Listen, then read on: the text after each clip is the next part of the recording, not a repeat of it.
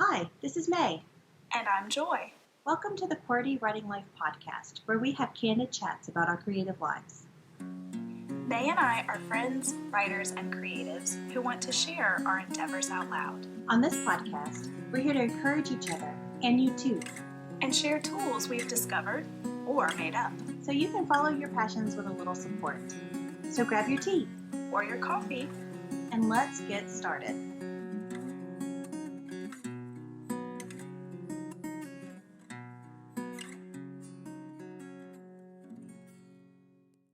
Hello, everyone. It's another week. Hello and welcome. Tonight we are going to talk about one story in multiple mediums, and we are so excited. This one's going to be a fun one, guys, and it's just going to talk about creativity and storytelling, and I cannot wait. Cannot wait.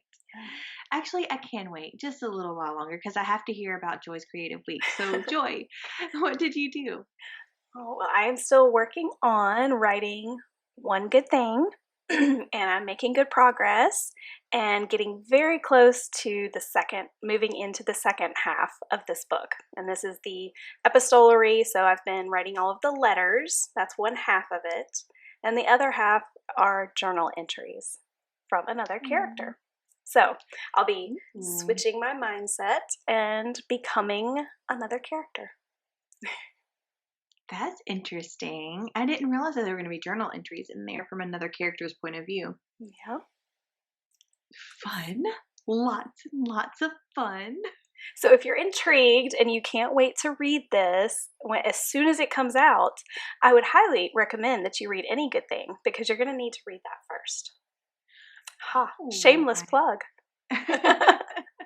Well, it's not shameless if they can't understand one good thing without reading any good thing. It's really just more like informational, like kind information. So Exactly. they need to know. They just need to know. Oh, goodness. Yes, I love that. And so tell keep us, trucking because I'm really excited about this book. So tell us about your creative week. This week, I am still finalizing some of the poetry book formatting and stuff like that too. So I'm very excited. I hope to have some good news to share with you guys very soon. But it's still coming along, and I'm very happy with working with Rachel again and getting it all put together. So hey, Yay! That is so wonderful. I cannot wait to hear all the news and all of the everything. I can't wait to show you things so that we can be excited together. That's my favorite part. Yeah. All right. So with the topic of sharing, I feel like that's a pretty good segue right into tonight's topic. When we were planning this episode, we actually didn't mean to plan it. We were just talking about books and movies and things like that we loved, and which books we had read for the movies that we were thinking about too.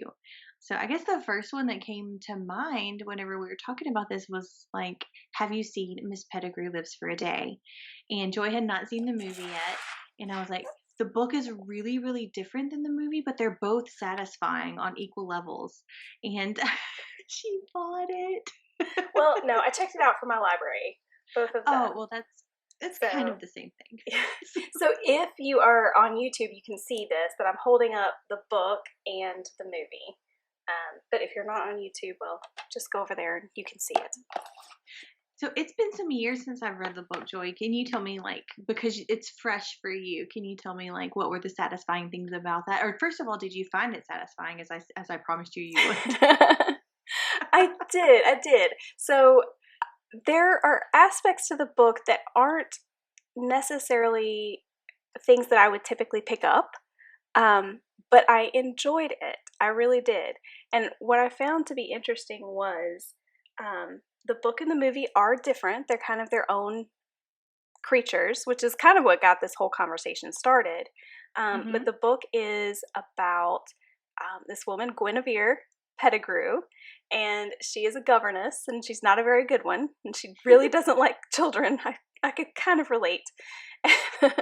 And she just, each job that she got just a little bit harder to deal with these children. And so she was kind of at the end of her options with not being able to get another post, and she was kind of down to her last cent and didn't really have a place to live, all of that kind of stuff. And the agency made a mistake, and she was sent not to a place that needed a governess, but to, what did she call it? A den of iniquity. The book is full of all of these just delightful little quips that she has, these cute little sayings that she says, and she goes to this woman's house who is kind of a socialite, I guess you could say, and she's a singer and wants to be an actress and things like that, and she lives a very glamorous lifestyle. And Miss Pettigrew wears very dark, dingy clothes. They're the only clothes she has, and she was a preacher's daughter, and she's never been kissed, and it's like that kind of thing, right? And so I don't know. I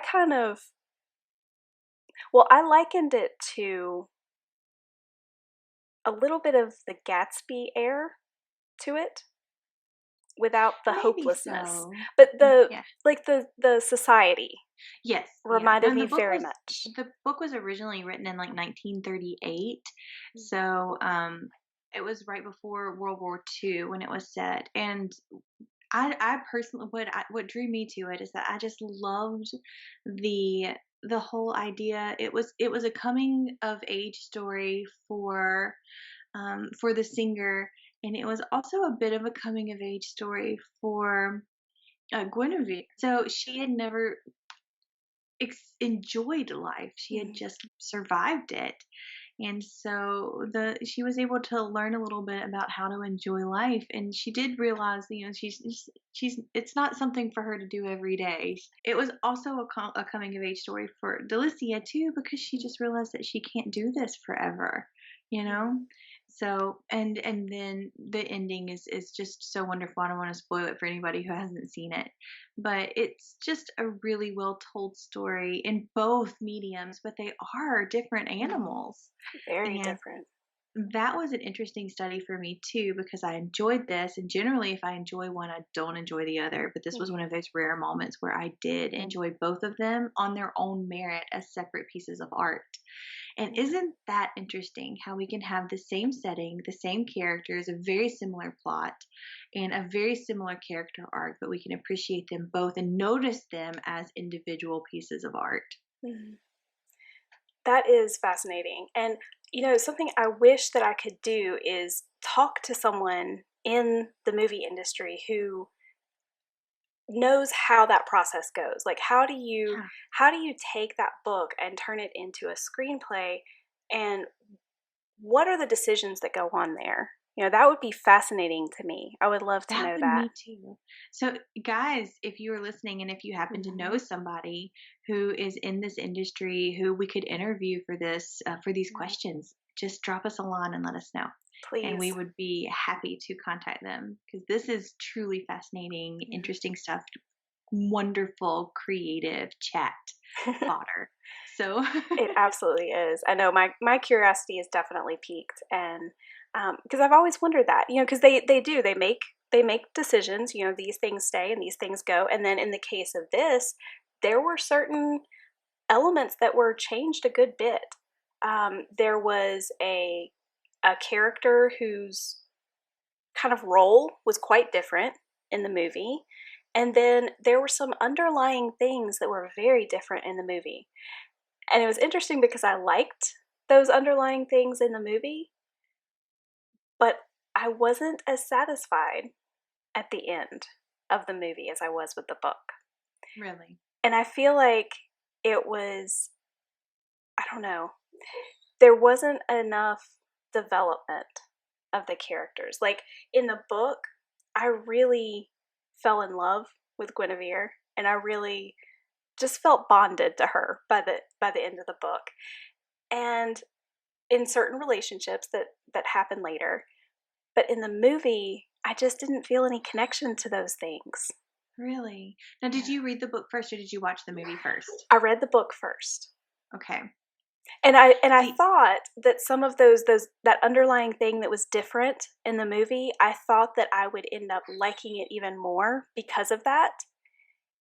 But I didn't feel that connection in the end hmm. with them, and it just fell a little flat. Okay, I can see that. But I also have a different perspective, and I also think that this is involved in our decision making too. Mm. So I watched the movie first, and then I read Mm. the book, and Oh. so I could appreciate the movie on its own merit before I learned more about the characters, Mm. and I was able to see those differences too. So I had already bonded with Guinevere in this hour and a half movie, and then learned more about her. And so I was already in love with her at that point in time. Does that make sense? So Yeah. I really think that in the way that we consume the mediums as well is or we consume the story. What comes first, the chicken or the egg, kind of a thing. I think because we'll never know the true answer here. Yeah. But generally, if I've watched the movie first and then read the book, I can have an appreciation for both. However, if Mm. I've read a book first and then seen the movie, occasionally, well, most of the time, I was going to say occasionally, but that's not true. Most of the time, I have a greater affinity for the book than I do the Mm. movie, and in some cases, I've just plain hated the movie. So. Yeah.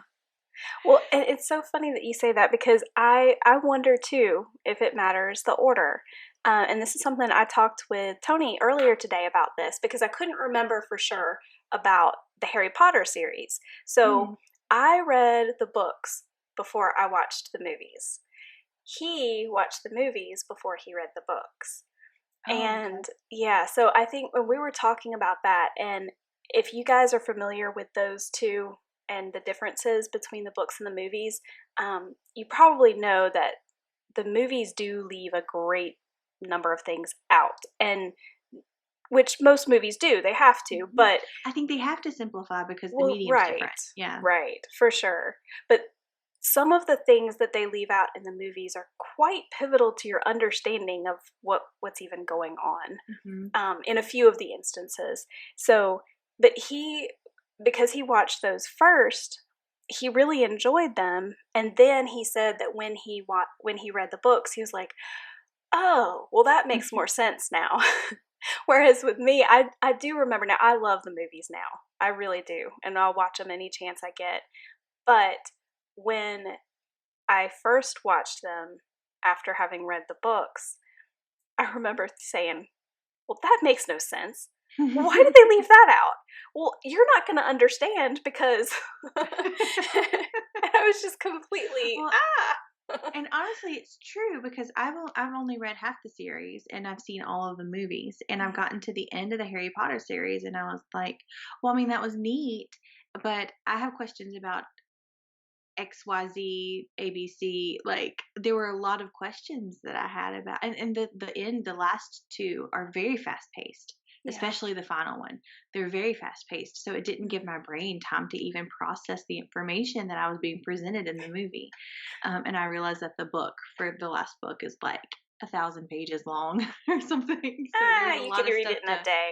well, there was just a lot of stuff that the movie writers had to put in Mm. to this very short amount of time, Yeah. and also change that from a print aspect, change that story and make it from like a 2D print aspect to whatever visions that we create in our heads when we're reading those letters and words and stuff and putting it into action, and that's a huge feat. Yeah. So I think that the music was perfect, Mm. and I think that the characters that they chose, like the way that they characterized things, were pretty spot on, and at least from what I read in the first movies, that they chose really good actors and they wrote it in a way that honored the books, even if it wasn't exactly like the books. Mm. So I can say those good things, but I can't speak to like books 4 through 7 because I haven't read those yet. So, Oh, and those are the ones I really need to read because I'll understand more. But yeah. I think I just actually book 4 is my favorite book.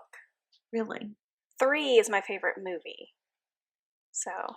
Ooh, I like that. I That's something that we should rank and do and stuff too. That would be fun.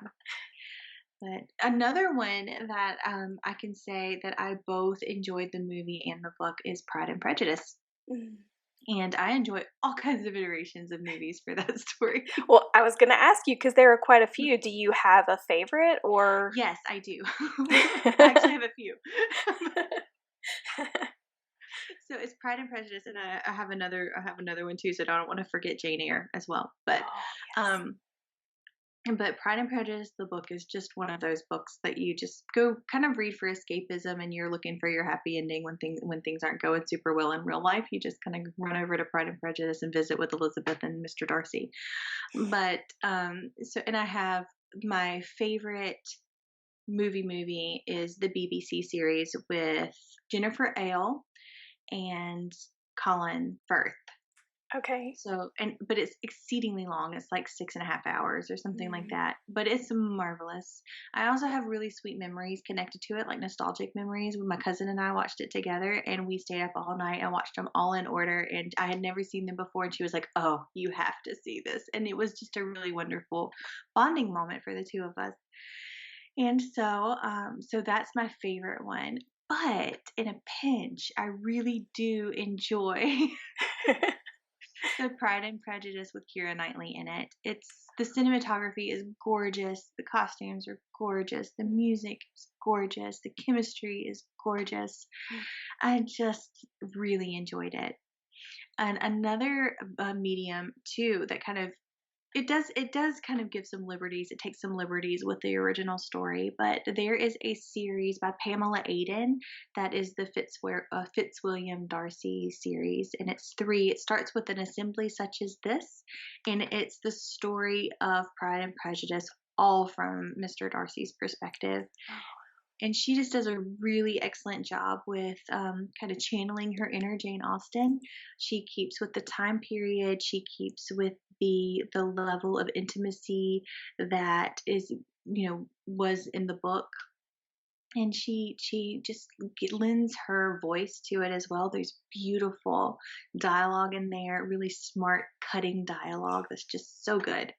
And I feel like there might have actually been some lines that I remembered from the book in that movie.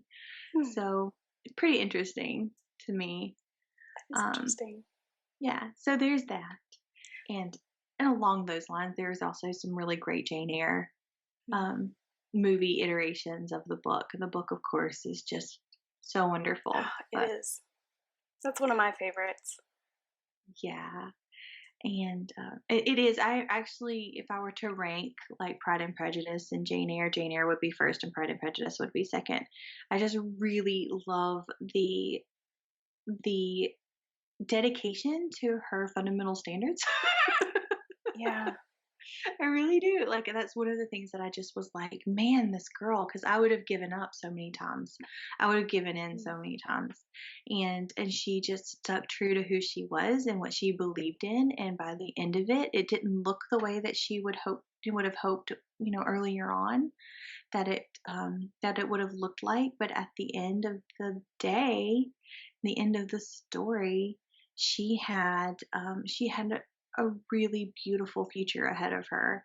And I think too that if she would have married Mr. Rochester before all of the stuff happened, that his character arc was not complete yet. He had to finish his character arc before they could really truly be together in what we would think is a happily ever after. So it was about her, but it was also about him. Yeah, I agree with that. We didn't really set off in this episode to analyze the stories. But there you go. Okay, so this is something else I was talking to Tony about earlier. The Hobbit. That's one of my all-time favorite books, of course. And the movies they really deviate. With Lord of the Rings, with the trilogy, Peter Jackson did a great job of really staying pretty close. I mean, yes, there were some big differences. Yes, okay. If we're gonna, I don't want all the LOTR people after me. Yes, there are big differences, but the heart, it's talking about the heart of it, you know. yes, Yeah. yes, Mm-hmm. like that was feel very, yes, very mm-hmm. similar, in many ways. I felt like the Hobbit movies were a lot more different from the book than the Lord of the Rings ones were. But that being said, I still really enjoyed the movies, and I felt like they stood very well on their own. Mm-hmm. They told great stories on their own. Yeah. They're not the story that Tolkien told. But why Legolas was there, we still don't know. Anyway. I'm not complaining ever. Oh, of about course Legolas not. being anywhere. So if he can be in everything, That I is don't true. care. Just shoot more arrows. So I actually read The Hobbit and enjoyed it very much. I read it in middle school. It was another one of those books that just kind of opened my eyes to something new. It was hard for me to read. It was assigned as summer reading, and it was something that I kind of had to do, but I ended up enjoying it, and that was cool. That was a cool thing. The movies, it's interesting now because I have an 8-year-old who's watching these movies, and he is enjoying them on a whole nother level because he's not read the book yet. So Yeah. and we'll get there, but right now he's watching the movies. I just couldn't wait any longer, basically, is what happened.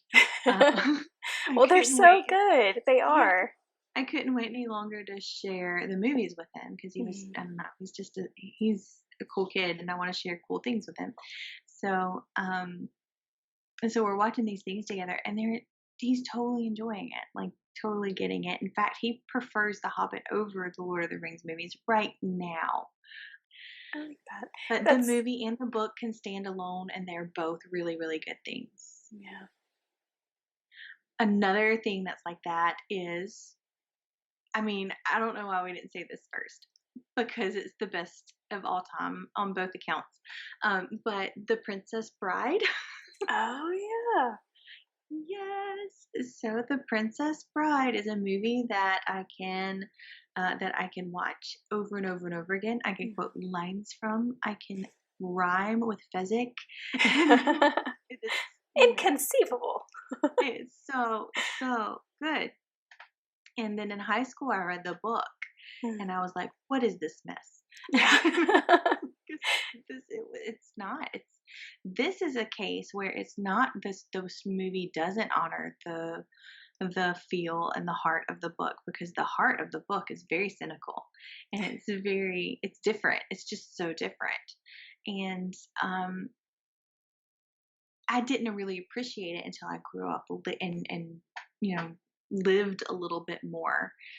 And I read the whole thing from front to back cover. It's not even something that I just put down. I read the whole thing, and I was just like, this is not my movie. Like, I wanted those feelings. That was the reason why I picked it up, because I wanted to like replicate those emotions that I had whenever I watched, and I wanted to go deeper. And it shocked me, and it gave me different emotions. And I was like, then I had to evaluate, and so I didn't like the book immediately, but now I do. So.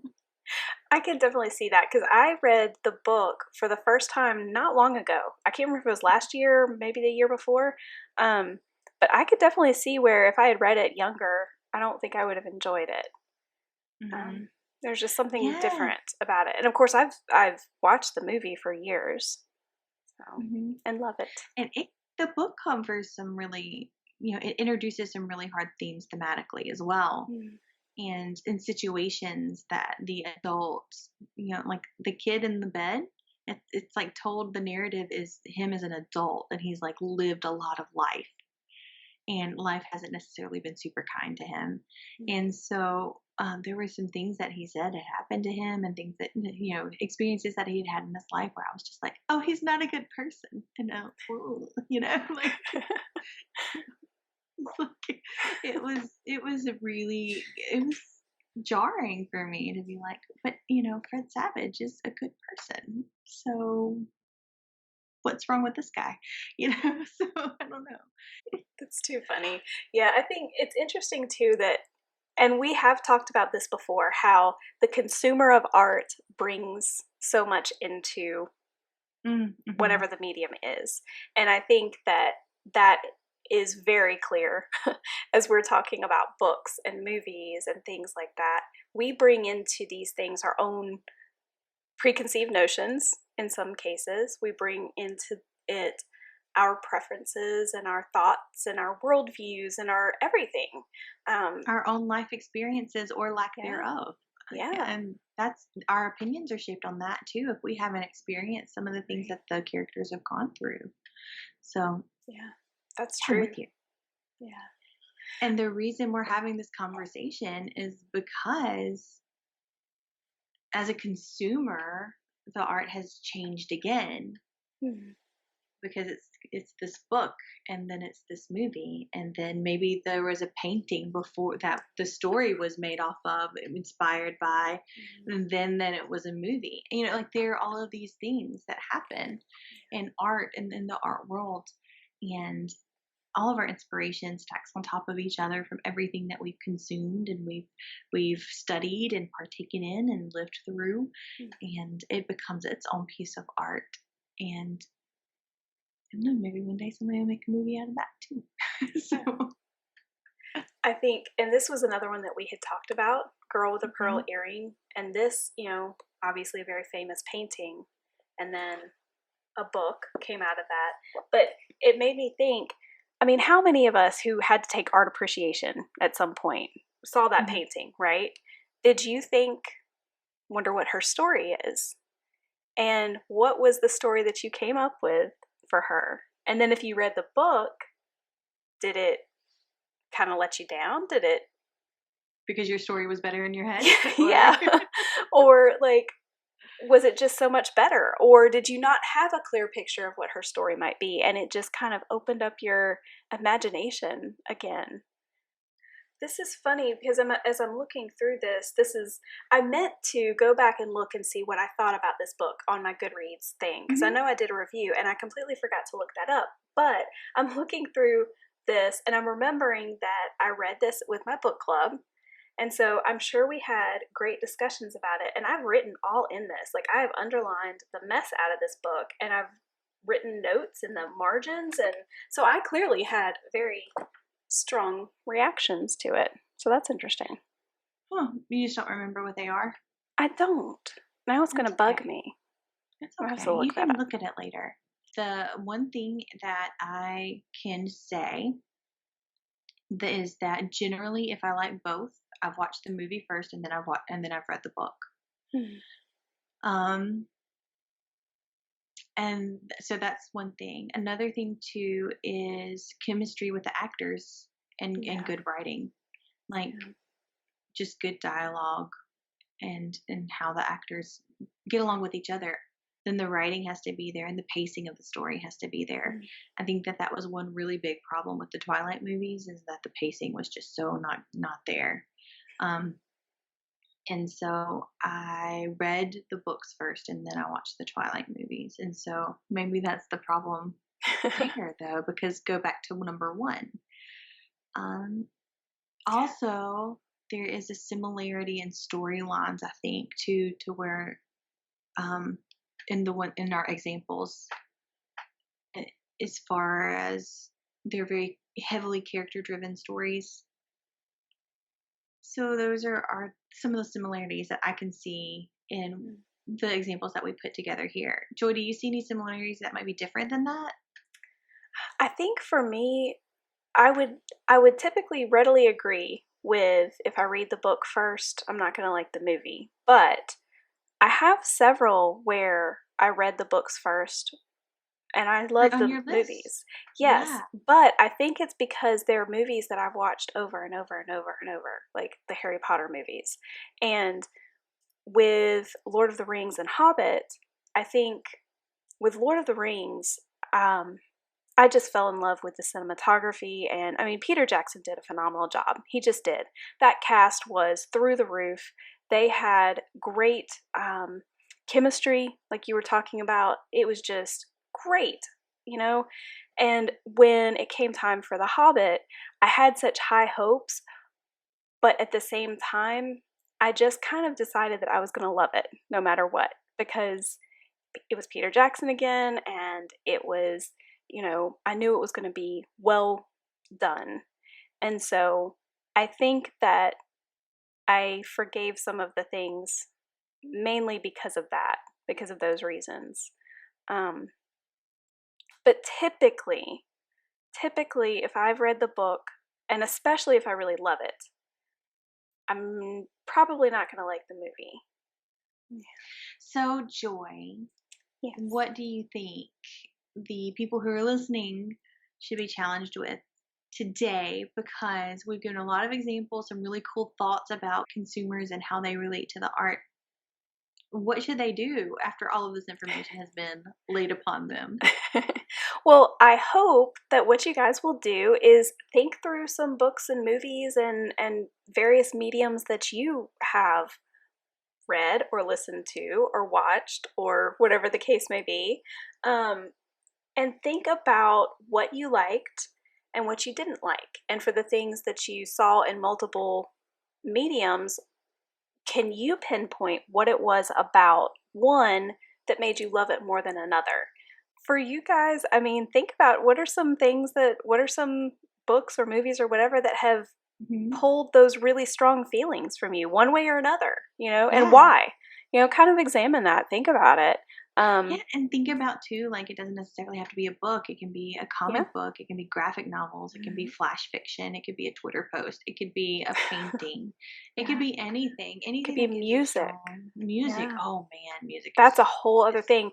And we didn't really even dive into that. But here's another thing that I'm going to add to this challenge, just because this is like, selfish on my part. But if you guys know of any other books or movies that have come from art or from music, I would love to hear about it. I would. There's a song by Ryan Adams that is extracted from or inspired by the movie Beetlejuice. Well, that's something. Yep. I don't really know what to do with that. It's, I think it's called "Tell 'Em That the House Is Not for Sale," or at least that's the first line of the song. I don't know exactly if that's the title or not, but I've always thought that was so neat because the song is so good. And then I'd heard the song first, and then I was like, this is a really, really cool song. And then I heard later that it was based off of Beetlejuice, and then I re-listened to it. Now that's all I can think about is Beetlejuice. That's so interesting. I don't know that I've ever heard of a song coming from being inspired by a movie. That is really, really neat. So see, art can inspire art. Like, I'm so excited. That's a whole other topic. So I hope you guys have an amazing week, and I hope that this kind of spurs your desire to read more books and watch more movies and think about the things that you are consuming as a consumer of art. Yeah, and opening up and allowing other things to inspire you. And also, you could potentially think about something that you have created in a different way and maybe even use that idea in a different medium. And how cool would that be, right? Yes. Oh, now I'm all excited. Cool. Well, guys, y'all go out and go make something this week. Bye. Bye. Thanks for listening until the end. Seriously, you're a trooper. Do you think QWERTY Writing Life is the bomb? May, you just said the bomb. Don't you censor me. If you think QWERTY Writing Life rocks ice for real, oh my word, please rate, review, and share us with others. If you have questions about this week's episode or want to start a conversation, you can reach us by visiting QWERTYWritingLife.podbean.com. We'll be back next week with more candid chats for you.